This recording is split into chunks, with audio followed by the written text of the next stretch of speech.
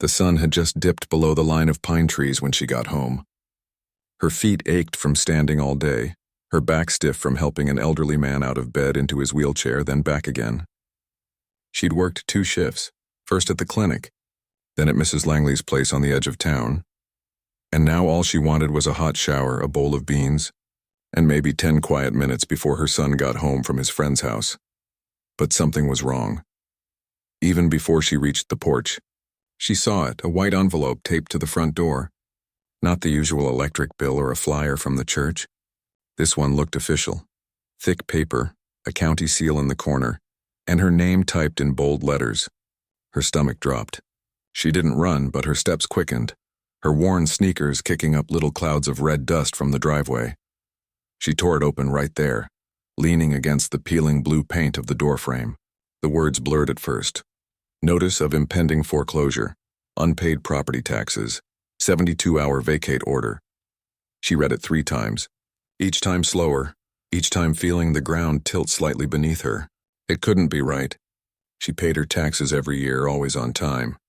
She kept every receipt in a shoebox under her bed, neatly folded, dated, stamped. Her grandmother had taught her that. Paper is proof, child.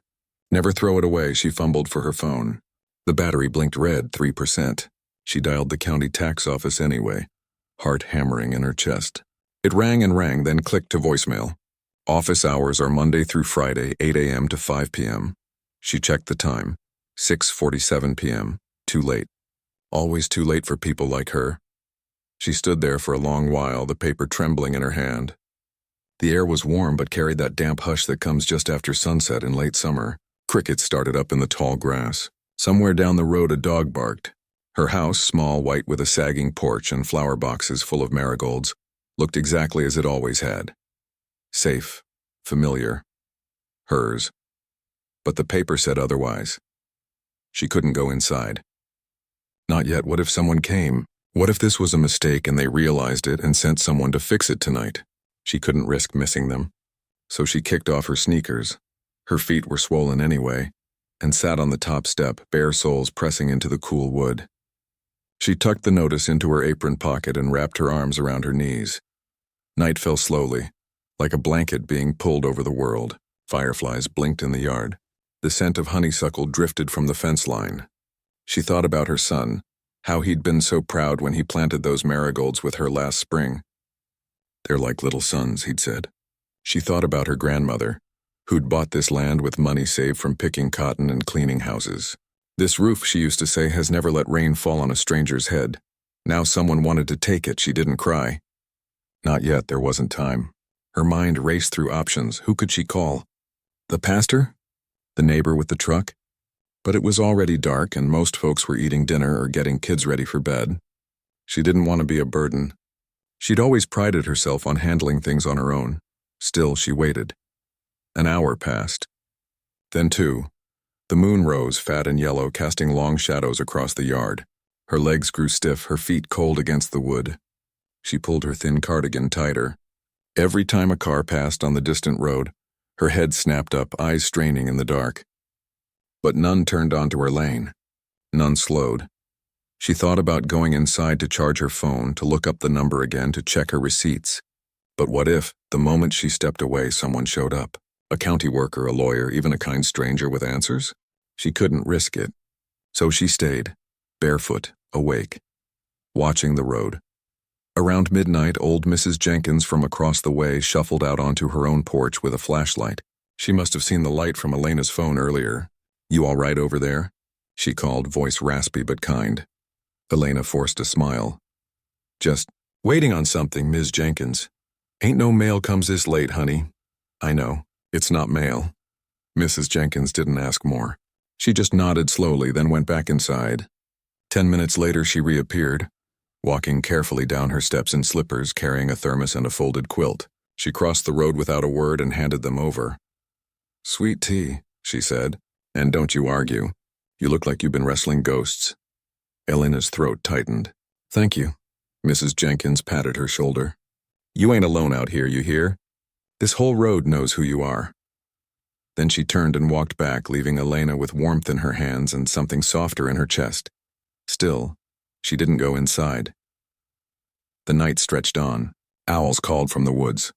A breeze picked up, rustling the oak leaves. Her eyes burned from lack of sleep. But every time they fluttered shut, she jerked awake, scanning the darkness. She imagined headlights rounding the bend, stopping in front of her gate. She pictured herself standing tall, showing them the receipts, her voice steady. There's been a mistake. But no lights came. By 3 a.m., her body begged for rest. Her neck ached from leaning against the post. Her feet were numb. Yet she stayed, because this wasn't just about a house. It was about dignity, about legacy, about the promise she'd made to her grandmother and to her son, that no matter how hard life got, they'd always have a place to come home to. She whispered into the dark. More to herself than to anyone. I'm not leaving. And so she waited, barefoot, tired, but unbroken, as the stars wheeled overhead and the first hint of dawn began to pale the eastern sky. The road stayed empty. The house stayed quiet, but she stayed too. Rooted, ready, holding on to every inch of the ground beneath her feet, because it was all she had, and all she'd ever needed. Morning came slow and soft, like a breath held too long. The sky turned from gray to pale gold, and the air filled with the sound of birds waking up, chirping, scolding, calling to each other across the trees. She was still on the porch, knees drawn to her chest, the quilt from Mrs. Jenkins wrapped around her shoulders like a promise.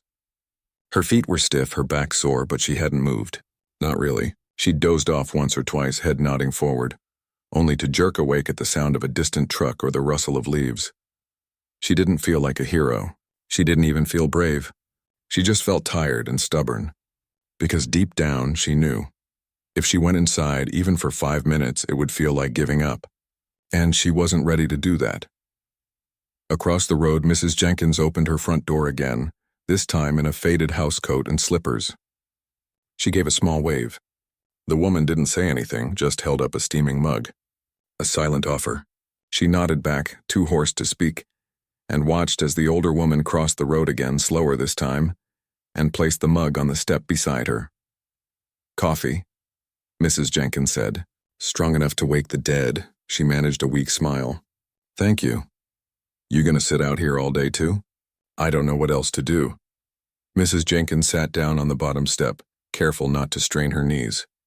Word's already getting around, she said quietly. Folks saw you out here last night. Saw you waiting. They're talking. She looked up, surprised. Talking how?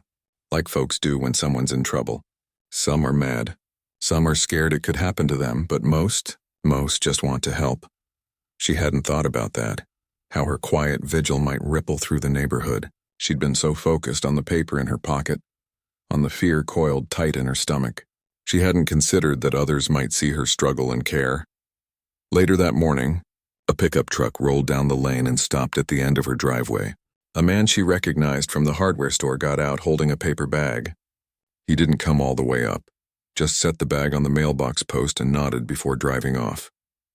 Inside were biscuits, still warm, wrapped in a clean towel. Then a teenager on a bike dropped off a note from the church. Pastor says come by anytime. We'll pray with you, and fight with you too. By noon, 3 more neighbors had stopped. Some with food, some with questions, some just to sit with her in silence. No one offered empty promises. No one said, it'll be fine. They just showed up. And that meant more than words ever could. But as the sun climbed higher, so did her worry. Her son was due back soon. She'd texted him last night to stay at his friend's house, said she had a late shift. She didn't want him to see her like this, hollow-eyed, barefoot, wrapped in a quilt on the porch like a ghost waiting for daylight. But he'd be home soon, and she couldn't keep hiding the truth. Around 2, she heard the familiar crunch of sneakers on gravel. He came running up the path, backpack bouncing, face bright, until he saw her. His smile faded fast. "Mama," he said, voice small. "Why you sleeping outside?" She stood slowly, legs wobbling, and pulled him into a hug. "I wasn't sleeping, baby, just thinking." He pulled back, eyes scanning her face, the quilt, the empty coffee mug. "You look tired." "I am. But I'm okay." He didn't believe her. She could tell. He glanced at the house, then back at her. "Is everything all right?" She took a breath. "Remember how Grandma used to say this house has our family's name on every brick?" He nodded. Well, someone made a mistake. They think we didn't pay our taxes. And now they say we might have to leave. His face crumpled. Leave? But this is our home. I know, sweetheart.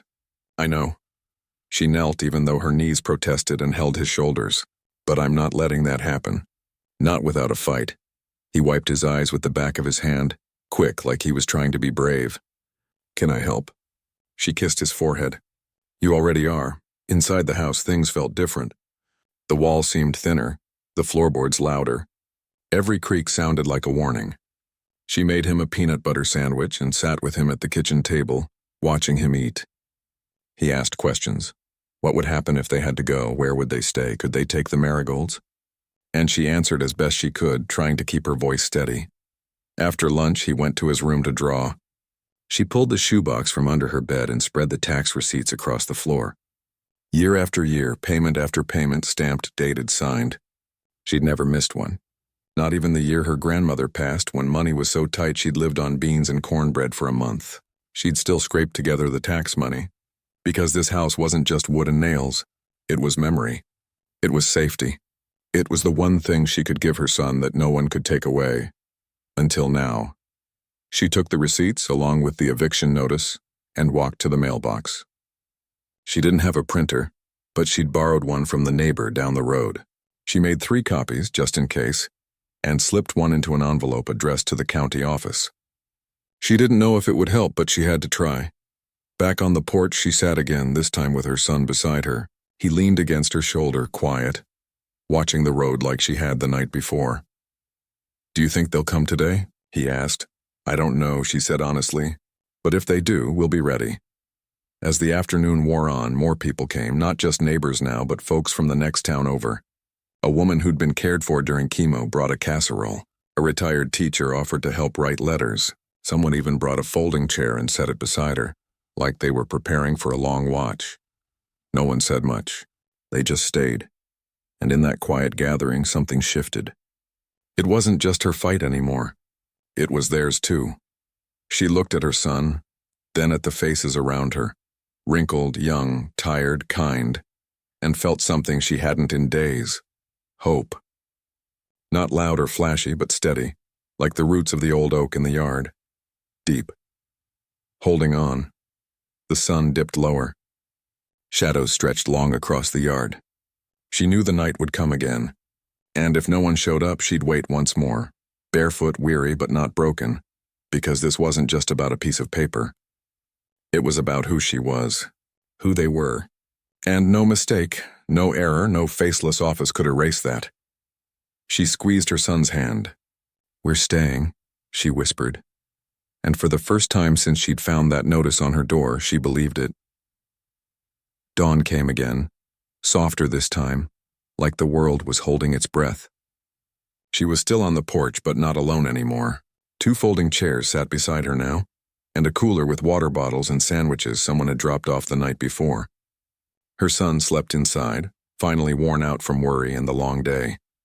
She'd tucked him in just before midnight, his small hand clutching hers until his breathing slowed.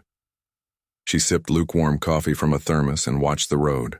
Her body ached, her feet, her back, even her eyelids felt heavy, but her mind was sharp, alert.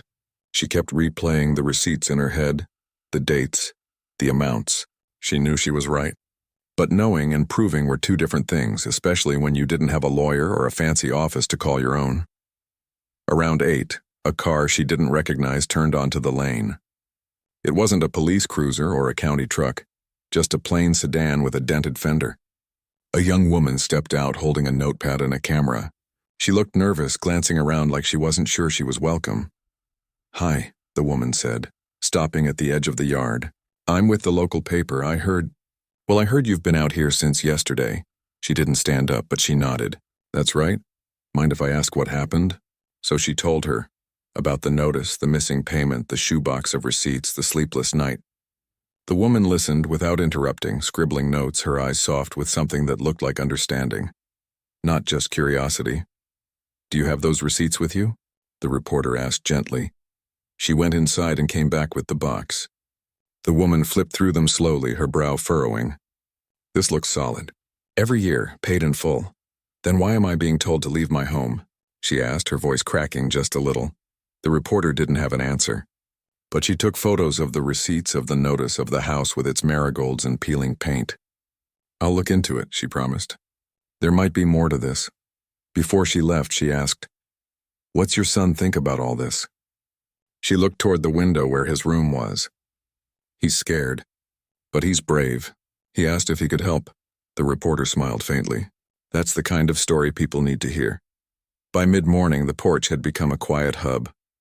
A retired mechanic brought a radio so she wouldn't be stuck in silence.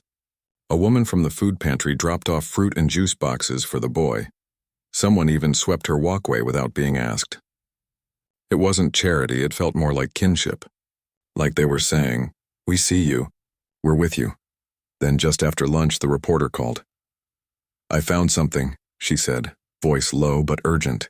"Your payment was recorded, but it was applied to a vacant lot 3 miles east on Old Mill Road. Same last name, similar address. The county clerk mixed them up." Her heart pounded. "So it was a mistake?" "Yes, but here's the problem. That lot was sold at a tax auction last week. And the buyer? A development company from out of state. They're already filing paperwork to clear the title, which includes your house because of the error."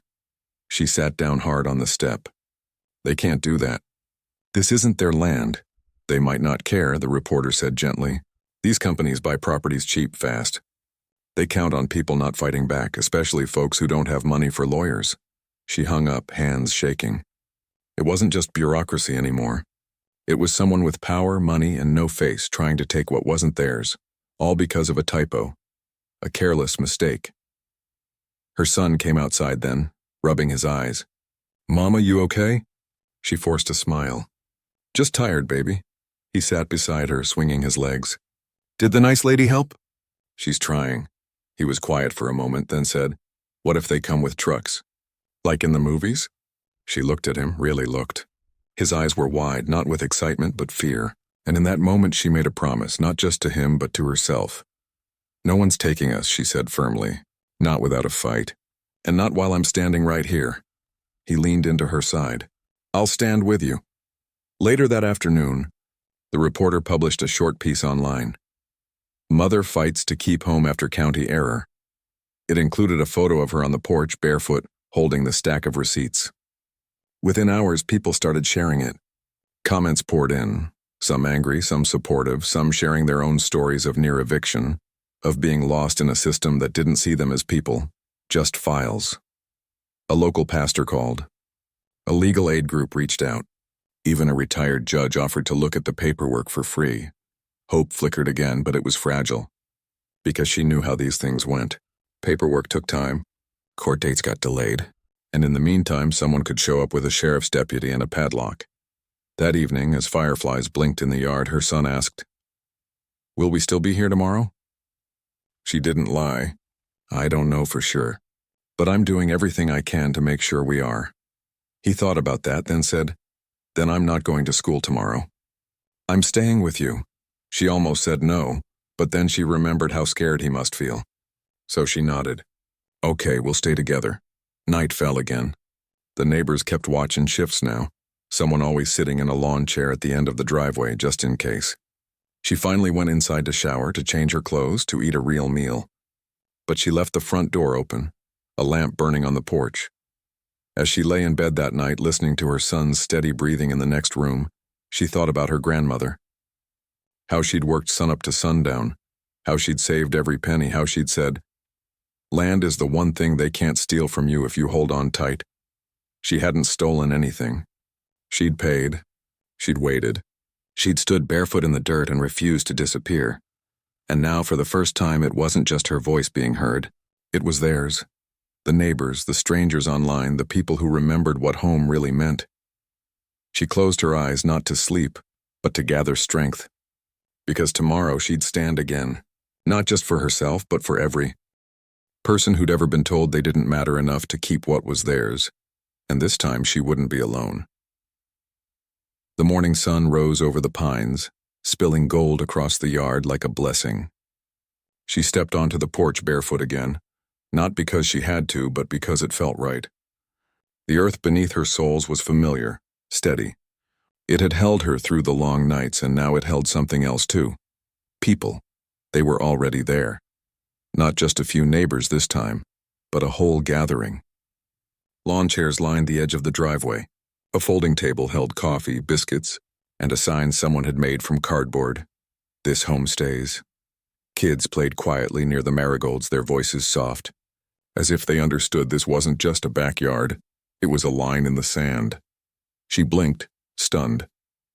When did all this happen? A woman from down the road handed her a fresh mug. Word got around, fast. It wasn't just talk anymore. It was action. Someone had printed flyers with her story and the correct tax records. Another had started a donation jar at the gas station. For legal fees and groceries, the note read. A retired school teacher sat at the table, helping folks write letters to the county commissioner. Even the local diner was donating meals. For the folks keeping watch, the owner said when he dropped off a tray of fried chicken and collard greens. Her son ran out, eyes wide. Mama, look! He pointed to a handmade banner strung between two trees. We stand with her. She knelt and pulled him close. Did you help make that? He nodded proudly. Me and Mr. Ellis, he let me use the big scissors. She kissed the top of his head, her throat tight. This wasn't just about saving a house anymore. It was about community, about people choosing to see each other, to show up, to say you matter without waiting to be asked. Around 10, a car pulled up, not a stranger this time, but a man in a suit who introduced himself as a lawyer. He worked with a nonprofit that helped families facing wrongful evictions. He'd read the article, seen the receipts, and driven 2 hours to meet her. I've reviewed your case, he said, sitting on the porch step like he belonged there. You're right. This was a clerical error, plain and simple. But the developer who bought the other lot is trying to claim your property too, using the mistake as cover. It's shady but not uncommon. Can you stop them? She asked. I can file an emergency motion to halt any enforcement, but it'll take a judge and that could take days. In the meantime, he looked around at the growing crowd. This might be your best protection. She understood. Paperwork moved slow. But people? People could move fast. And stand firm. By noon, the yard felt like a quiet festival, except no one was celebrating. They were guarding, watching, waiting. A few folks brought guitars and sang old hymns under their breath. Others just sat, eyes on the road, ready. A teenager set up a phone on a tripod. Live streaming for folks who can't be here, he explained. She walked among them, thanking each one.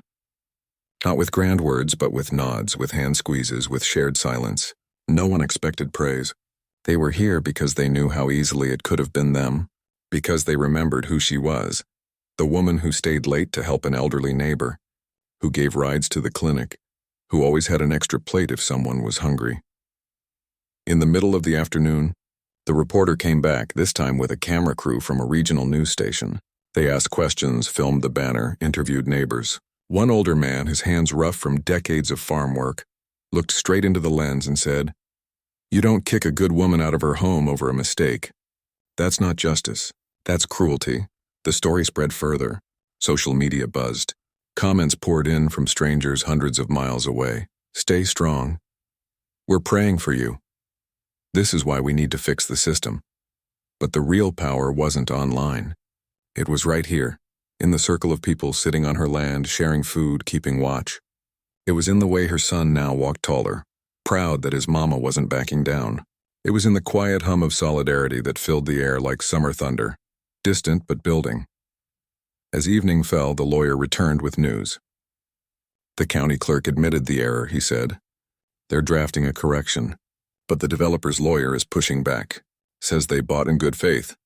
They want compensation or a court fight. She felt the old fear rise, but then she looked around. Saw the faces, saw her son helping pass out water bottles, saw Mrs. Jenkins knitting in a rocking chair like this was just another Sunday. They'll have to go through all of us first, she said quietly. The lawyer smiled. That's exactly what I told them. Night came again, but this time the darkness didn't feel lonely. Lanterns glowed along the fence line. Someone started a small fire in a metal drum, just for warmth, not cooking. People took turns sleeping in shifts, wrapped in blankets, dozing in lawn chairs. She stayed awake longer than she had to, sitting beside her son under the stars. Do you think they'll come tonight? He whispered. Maybe, she said. But look around. We're not alone. He leaned his head on her shoulder. I'm not scared anymore. She held him tighter. Me neither. Later, as she finally lay down on a cot someone had brought, she listened to the soft murmur of voices, the crackle of the fire, the distant hoot of an owl. For the first time in days, she felt something close to peace. Not because the threat was gone, but because she wasn't facing it by herself. This land had held her family for generations. Now it was holding something new, a promise. That when one person is pushed, a whole community can rise. That home isn't just four walls, it's the hands that reach out when you're falling. She closed her eyes not to hide, but to rest. Because tomorrow, whatever came, trucks, lawyers, officials, they'd meet it together. Barefoot or not, they'd stand. And this house, small and weathered as it was, would still be standing too. The sky was still pale pink when the first engine rumbled in the distance. Not one engine, many. A low, steady growl that rolled down the road like thunder before a storm. People stirred on the lawn chairs. Blankets were tossed aside. Coffee cups set down. No one panicked. They just stood up, quiet and ready, forming a loose line at the edge of the driveway. She stepped onto the porch barefoot, her son's hand in hers. Her heart beat fast, but her feet didn't move. She'd waited long enough. If this was the end, she'd meet it standing. But as the vehicles rounded the bend, something felt off. No flashing lights. No sheriff's SUV, no bulldozers or tow trucks. Just a line of cars, county sedans, a news van, even a plain black pickup with a man in a suit behind the wheel. They slowed, then stopped at the mouth of her driveway, engines idling. A door opened. Out stepped the county commissioner, a man she'd only ever seen on local news, always in a tie, always talking about budgets and growth. Today he wore a simple button-down shirt, no tie, and carried a manila folder. Behind him came the sheriff, not in uniform but in a plain jacket, and a woman with a legal pad who looked like she hadn't slept in days. The crowd didn't move. They just watched. The commissioner walked forward slowly, hands open at his sides, no papers, no threats. When he reached the edge of the yard, he stopped and cleared his throat. "I'm here to make this right," he said, voice carrying in the morning hush. She didn't speak. She just waited.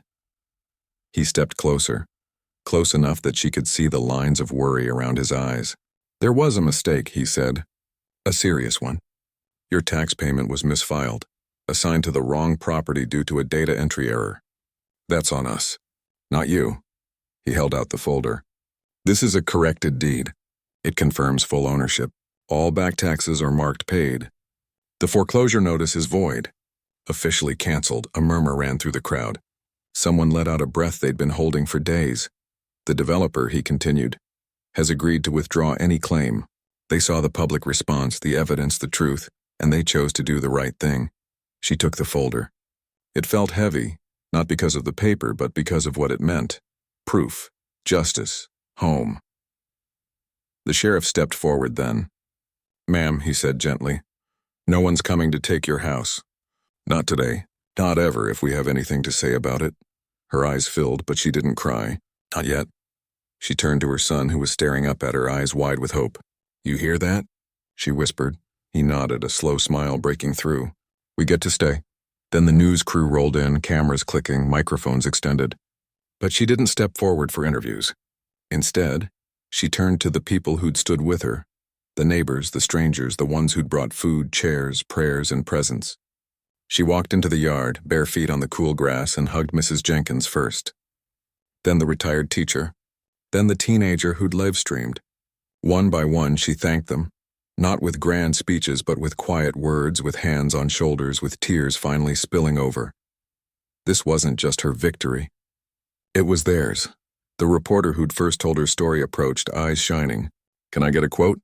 She thought for a moment, then looked at her son, at her house, at the circle of people who'd become her shield. "Tell them," she said softly, "that sometimes the strongest walls aren't made of brick, but of people who refuse to look away." As the morning warmed, the crowd didn't scatter. They stayed. Someone fired up a grill. Another brought out a guitar. Kids ran through the yard again, laughing now, no longer afraid. The marigolds swayed in the breeze like little suns, just as her son had said they would. The county officials didn't linger. They'd done what they came to do. But before the commissioner left, he paused at his car and turned back. We're reviewing our whole tax system, he said. Because of you, others won't have to go through this. She just nodded. That was enough. Later, as she finally stepped inside her house, really inside, not just to grab something or check on her son, she ran her hand along the kitchen wall, the same one her grandmother had painted decades ago. The floor creaked under her feet, the same creak she'd heard since she was a child. Nothing had changed. And yet, everything had. Her son came in holding 2 glasses of sweet tea. You gonna sit on the porch again tonight? She smiled. Maybe, but not because I'm waiting for someone to fix things. Just because I like watching the fireflies. He grinned and handed her a glass. Me too.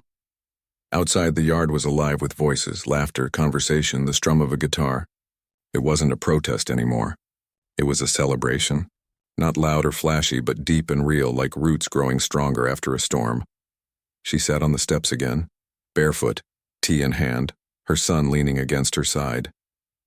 The sun climbed higher, warming the wood beneath her. The house stood quiet behind her, small, worn, but unshaken. And all around it, vehicles were still parked along the road, but not to take, to protect, to honor. No one had come to evict her. They'd come to restore what was always hers. And as the breeze carried the scent of honeysuckle and grilled corn through the air, she knew this wasn't just a home. It was a promise kept, a family held together, a community that remembered what mattered. She squeezed her son's hand. We're staying, she said again, not as a plea this time, but as a fact. And in that moment, with the sun on her face and her people all around, she finally let herself believe it fully, completely, peacefully. The road ahead might still have bumps. The system might still make mistakes. But she wasn't alone anymore, and that made all the difference. She took a slow sip of tea, watched a butterfly land on a marigold, and breathed, deep and steady, like someone who finally knew she was exactly where she belonged. Weeks passed, and the dust on the road settled. The cars that once rolled in with worry now came with baskets of okra, jars of peach preserves, or just a wave from a rolled-down window. The banner still hung between the trees, faded now from sun and rain, but no one took it down. It wasn't needed for protest anymore. It had become something else, a reminder. She still rose before sunrise, still made coffee in the same chipped pot, still kissed her son's forehead before he left for school. Life looked the same on the outside, but inside everything had shifted. Not in loud ways, but in quiet ones, the kind that don't show up in headlines but change a person forever. She'd started keeping a small notebook on the kitchen table, not for receipts or bills, but for names. The woman who brought soup the night it rained. The teenager who fixed her porch step without being asked. The retired nurse who sat with her one evening just to listen. She wrote them down, not to repay but to remember. Because she'd learned something during those long nights on the porch. Kindness isn't a transaction. It's a thread. And when enough people hold on to it, it becomes a rope strong enough to pull someone back from the edge. One Saturday morning, she walked into town, not to the clinic, not to run errands, but to the county office. She didn't go in angry. She went in calm, carrying a folder of her own. Inside were printed copies of every letter neighbors had written. Every photo from that week of watching, every news clip that told the truth. She handed them to the clerk who'd made the error, not to shame, but to say, this is what happens when paperwork forgets there's a person behind the file. The clerk, eyes red, whispered, I'm so sorry, she just nodded. Just make sure it doesn't happen to someone else. On the way home, she stopped by the community center. A flyer was taped to the door. Know your rights, property, taxes, and how to protect your home. Below it, in smaller print, free workshop. Led by local volunteers. She smiled. Someone had turned pain into protection. Back at the house, her son was in the yard, kneeling beside the marigolds. He'd planted new ones along the fence line, bright orange and gold like tiny flames pushing through the soil. They're gonna bloom before school ends, he said proudly. She sat beside him, bare feet in the dirt again, but this time it wasn't out of fear. It was because she liked the feel of it. The cool, damp earth, the smell of rain coming, the roots holding everything together. You know, he said, brushing dirt from his hands. Ms. Riley at school said our story was in the paper. She read it to the class. Oh, she tried to sound casual, but her chest tightened. Yeah. She said it showed how one person standing up can help a whole bunch of people. He looked at her then, serious beyond his years. "Was that you, Mama?" She didn't answer right away. She watched a bee hover over a flower, then dart away. "I didn't do it alone," she finally said. "But yeah, I stood." He nodded like that made perfect sense. That evening, a knock came at the door. Not the sharp rap of bad news, but a soft tap. It was the lawyer who'd helped them, holding a small potted plant. "Peace Lily," he said. "Supposed to bring good luck." She invited him in for tea. Over the kitchen table, he told her the county had launched a full review of their tax records. Hundreds of files being double-checked, especially in rural and low-income areas. "Because of you," he said. "You gave them no choice but to look." She didn't feel like a hero. She felt like a mother who'd done what any parent would do, fought for her child's tomorrow. But maybe that was heroism after all. Not the kind with capes, but the kind that shows up barefoot in the dark and says, "Not today." As summer deepened, the yard became a gathering place again, not for guarding, but for sharing. Sunday afternoons meant folding chairs under the oak tree, sweet tea in mason jars, and stories traded like old coins. People talked about more than weather now. They talked about deeds, about wills, about how to read a tax bill. Knowledge, once hoarded or hidden, was being passed hand to hand. She even started going to the monthly town meetings. Not to speak at first, just to listen. But one night, when a developer proposed buying up land near the creek for luxury cabins, she raised her hand. Her voice didn't shake. "That land floods," she said. "My grandfather lost 2 cows there in '78. You build there, you're not just risking money, you're risking lives." No one argued. They listened. And the proposal was delayed for further review. It wasn't power she'd gained. It was voice. And once you find yours, you can't unhear it. One afternoon, while hanging laundry, she saw a car slow at the end of her driveway. A woman stepped out, hesitant, clutching a folder to her chest. She looked tired, scared, familiar. She walked down to meet her, barefoot as always.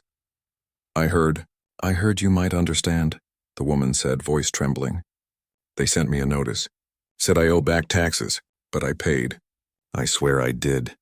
Without a word, she opened her arms and pulled the woman into a hug.